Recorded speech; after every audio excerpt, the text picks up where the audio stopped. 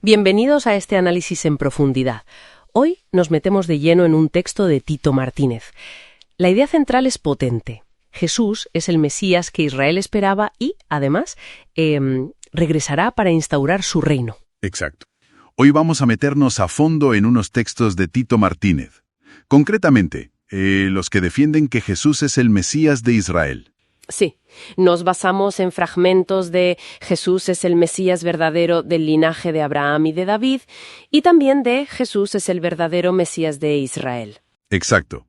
Queremos ver cuáles son sus ideas clave, sobre todo por qué él considera a Jesús el Mesías legítimo. Pone mucho el foco en su linaje y en que volverá para reinar. Vamos a ver qué dice Tito Martínez. Eso es. Nos centraremos en su argumentación, para entender bien su visión sobre quién es Jesús como Mesías. El texto es, en realidad, una refutación detallada que hace Martínez a ciertas objeciones rabínicas. Y nuestra misión hoy es, desgranar sus argumentos clave, ¿no? Ver cómo interpreta el Tanakh, las escrituras hebreas, para sostener eso, que Jesús es el Mesías y que volverá. Vale, pues vamos a ello. Un primer punto que toca Martínez es el propio nombre, Jesús. Lo defiende como una transliteración válida del griego Jesús del Nuevo Testamento. Esto frente a quienes dicen que es falso o romano. ¿Por qué empezar por ahí? Pues, para Tito Martínez, validar el nombre es como poner la primera piedra, ¿sabes? Asentar la base histórica. A partir de ahí ya construye el argumento de que esa figura, Jesús, cumple las profecías. Pero ojo, introduce una idea clave. ¿Cuál? La del cumplimiento parcial. O sea, que en su primera venida no lo cumplió todo, sino que fue una primera fase, digamos, y que la segunda venida será la del cumplimiento total. Ah, interesante lo de las dos etapas. ¿Y en qué se basa para decir que la primera ya fue un cumplimiento, aunque sea parcial? Pues mira, se apoya mucho en pasajes como la respuesta que da Jesús a Juan el Bautista, en Lucas 7:22. Ahí Jesús dice, contadle a Juan lo que veis y oís. Los ciegos ven, los cojos andan, etc. Y Martínez conecta esos milagros, directamente con profecías de Isaías, como el capítulo 35 o el 61. Ajá. Argumenta que esas eran las señales esperadas del Mesías, cumplidas en esa primera fase de siervo sufriente. Entiendo. Entonces, ¿qué quedaría pendiente para esa segunda venida, según él? Pues todo lo relativo al Mesías como rey.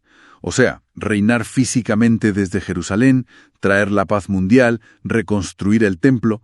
Se basa en Ezequiel 37, Zacarías 14, y rechaza la idea de que tuviera que hacerlo todo de golpe.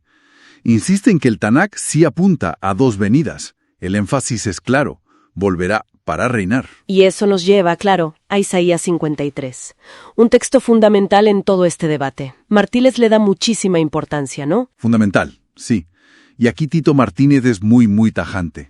Rechaza de plano la interpretación rabínica tradicional de que el siervo sufriente sea la nación de Israel. ¿Por qué? ¿Cuál es su argumento? Es un argumento textual, de lógica interna. Dice, el texto dice que el siervo muere por los pecados de mi pueblo, o sea, de Israel. Isaías 53, versículos 5 y 8. Entonces, es imposible, argumenta él, que Israel sea el siervo que muere por los pecados de Israel. No tiene sentido, digamos.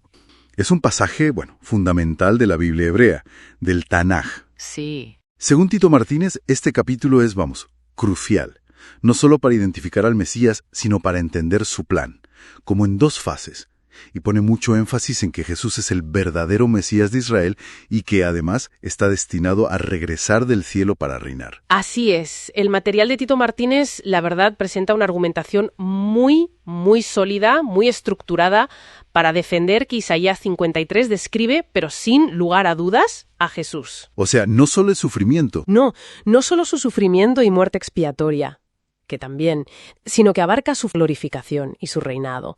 Y aquí Martínez introduce algo, fascinante. ¿El qué? Una resurrección implícita.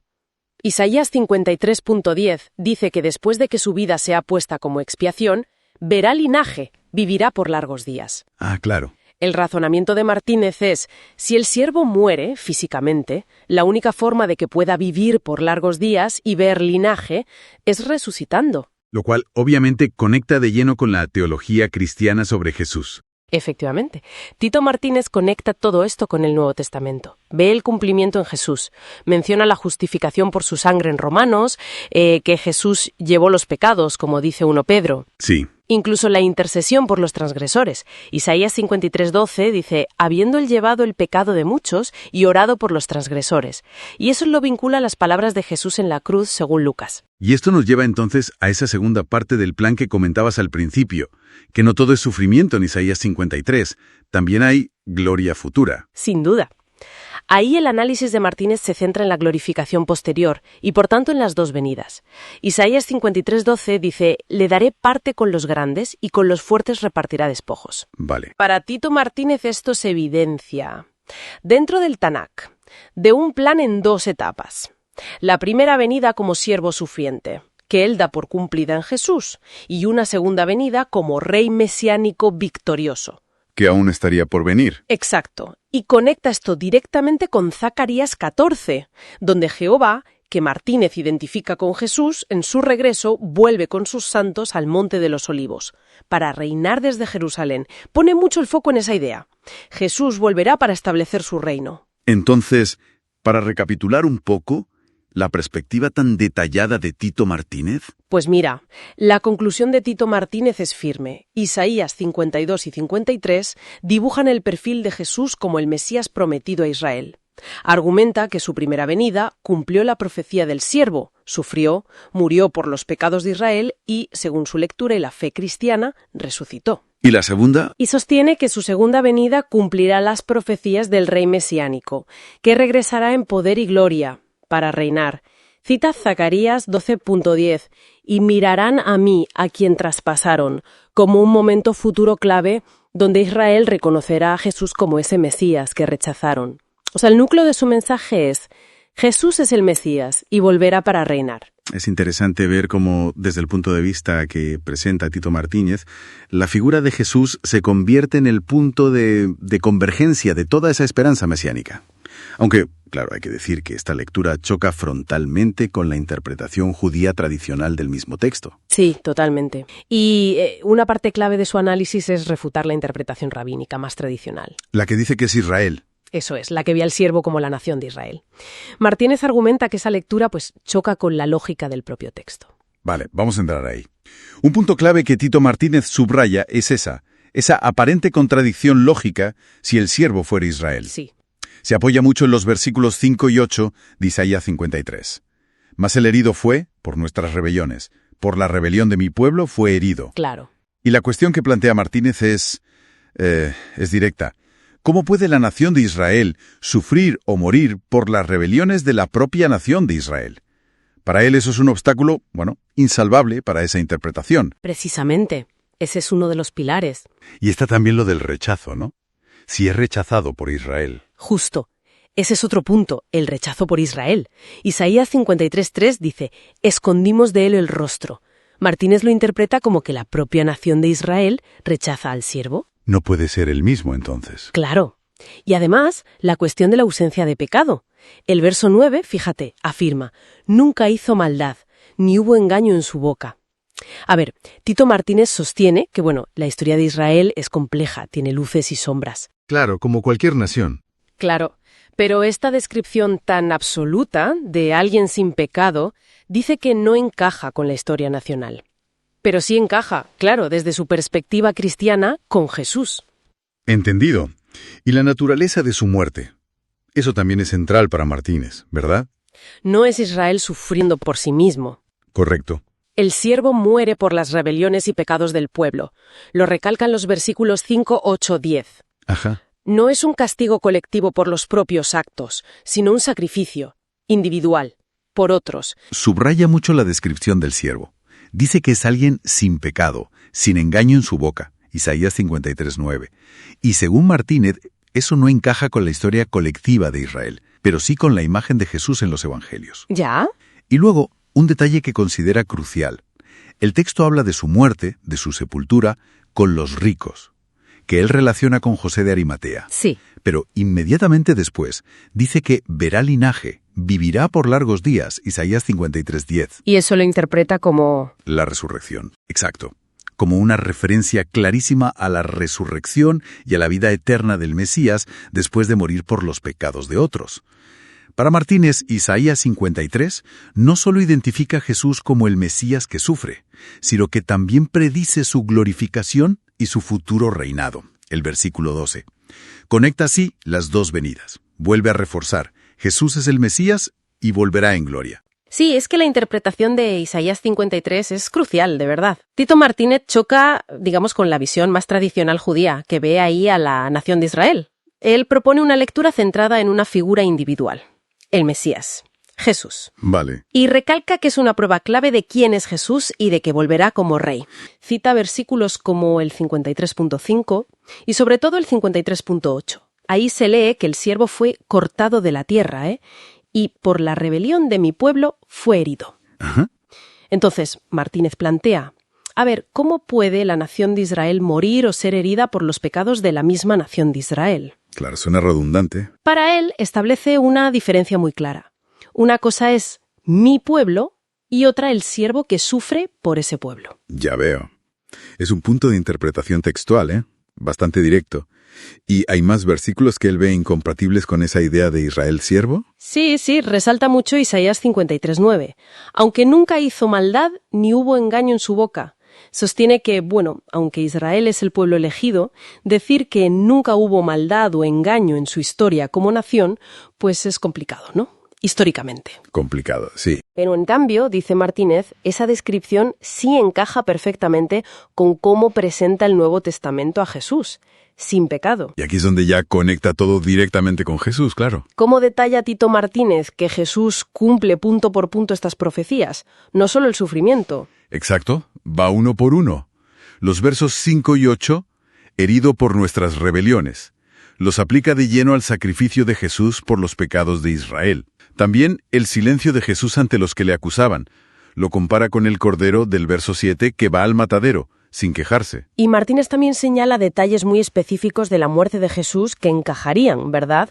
Según los evangelios, precisamente, se fija mucho en Isaías 53.9. Y se dispuso con los impíos su sepultura, mas con los ricos fue en su muerte. Tito Martínez ve ahí una profecía clavada. Jesús crucificado entre malhechores, los impíos, pero enterrado en la tumba de José de Arimatea, que era un hombre rico. La verdad es que es un nivel de detalle llamativo. Pero Isaías no acaba con la muerte. ¿Cómo enfoca Martínez lo que viene después? Esa idea de vida tras el sufrimiento. Este es un punto central para él, para subrayar la resurrección y el futuro reinado. Isaías 53.10 dice que el siervo verá linaje, vivirá por largos días. Que parece una contradicción si acaba de describir su muerte. Justo. Martínez dice, no es contradicción, es prueba de la resurrección, una vida larga después de esa muerte violenta. Y el linaje, pues lo interpreta como los hijos espirituales, los discípulos, los creyentes. Entiendo. Esa vida prolongada es la vida resucitada. Y esto nos lleva a lo que comentabas al principio, lo de las dos venidas del Mesías. ¿Cómo las ve reflejadas aquí, en este mismo pasaje?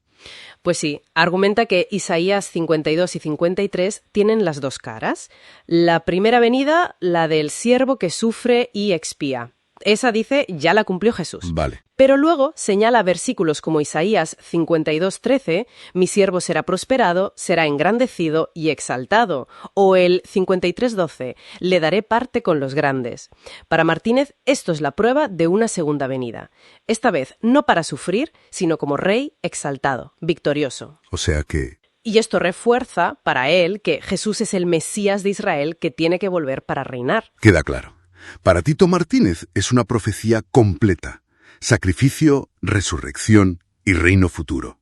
Y conecta esta segunda venida con otras profecías bíblicas. Sí, claro, lo hace explícitamente.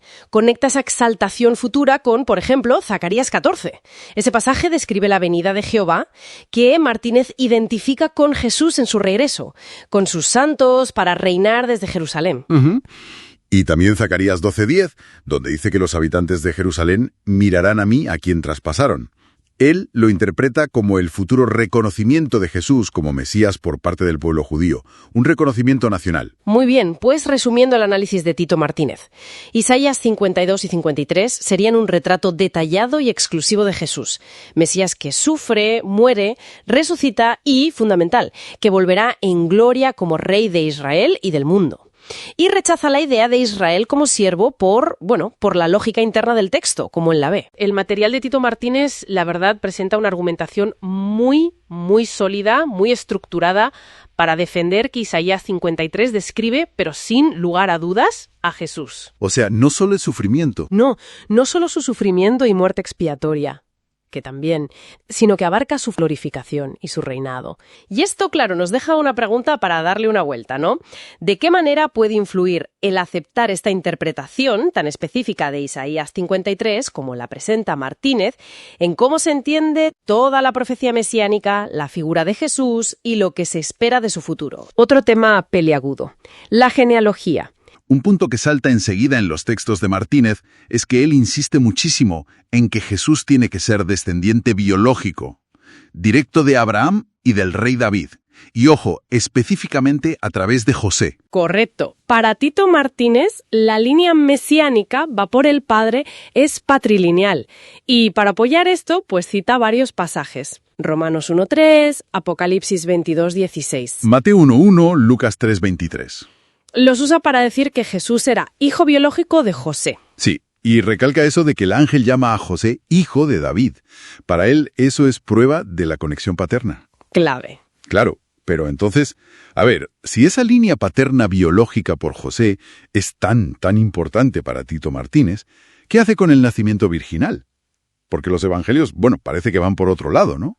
Pues aquí es donde Martínez presenta su idea más singular, diría yo. Él habla de él usa la palabra teletransportación milagrosa. ¿Teletransportación? Nacido en un óvulo de María, por obra del Espíritu Santo, claro.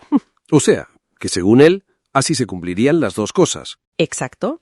El linaje davídico por vía paterna y la profecía del nacimiento virginal de Isaías 7.14, que cita Mateo. Insiste en que aunque las palabras espermatozoide o teletransportación no estén en la Biblia, la acción sí ocurrió. Me entiendo. Es una explicación detallada. Entonces, para Tito Martínez, creer en esto, en esta descendencia biológica vía José, es crucial. ¿Y esto cómo lo une al papel general de Jesús, a su regreso? Pues Martínez subraya que Jesús, en su primera venida, cumplió solo una parte de las profecías mesiánicas, señala las curaciones, por ejemplo, y las conecta con Isaías 35 y 61. Ajá. Pero afirma, y es muy tajante en esto, que el cumplimiento total llegará con su segunda venida. Ahí es cuando reinará desde Jerusalén, como dice Zacarías 14, construirá el templo de Ezequiel, traerá la paz mundial de Isaías 2, todo eso. Sí, Tito Martínez rechaza de plano que José fuera solo padre adoptivo. Llega a decir que eso es una doctrina satánica, así lo escribe. Vaya.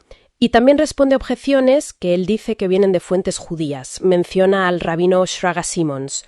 Objeciones sobre si se cumplieron las profecías o cómo interpretar Isaías 53. Y él insiste en que Isaías 53 habla de Jesús, del individuo. Inequívocamente, no de la nación de Israel.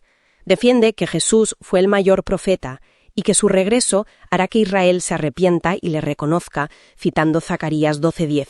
Vale, entonces, resumiendo un poco la idea central de Tito Martínez en estos escritos, sería que la identidad de Jesús como Mesías biológico, de David por José, engendrado por Dios Padre de forma sobrenatural, es algo fundamental, necesario para la salvación según su punto de vista. Exacto.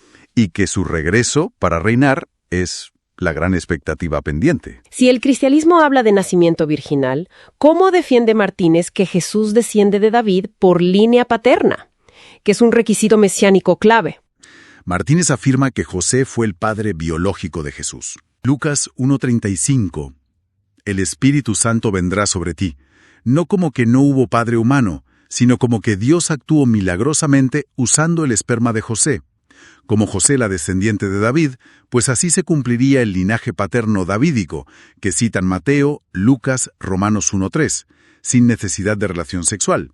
Y a la vez se cumpliría la profecía de Isaías 7:14 sobre la Virgen. Vaya, o sea, un milagro para cumplir ambos requisitos a la vez. Busca conciliar ambas cosas, linaje paterno davídico y concepción virginal mediante una acción divina directa sobre el material biológico de José. Vale, y con todo esto, ¿cómo cierra el círculo? ¿Cómo conecta todo esto con el futuro que predica? Pues lo conecta todo con el regreso de Jesús. Con esa segunda venida, cita Zacarías 12:10, y mirarán a mí, a quien traspasaron, y aplica ese a mí, a quien traspasaron directamente a Jesús, como hacen Juan 19 y Apocalipsis 1. Entiendo. Y sostiene que el arrepentimiento de Israel como nación y su reconocimiento de Jesús como el Mesías ocurrirá justo entonces, cuando Él regrese visiblemente en gloria para reinar desde Jerusalén, cumpliendo así Zacarías 14. El mensaje final es siempre ese: el Rey Mesías volverá. En resumen, entonces, Tito Martínez nos pinta un cuadro de Jesús como el Mesías de Israel, sí, pero en 2 actos. Primero, el siervo sufriente, que muere, resucita y cumple una parte. Y segundo, el Rey glorioso, que aún ha de volver para reinar y cumplir el resto. Eso es. Los pilares son su lectura de Isaías 53 como un individuo que muere y resucita, no Israel. Luego, esa idea de la descendencia davídica biológica paterna por vía milagrosa. Y finalmente, la conexión de profecías como Zacarías 12 y 14 con esa segunda venida visible y gloriosa para reinar.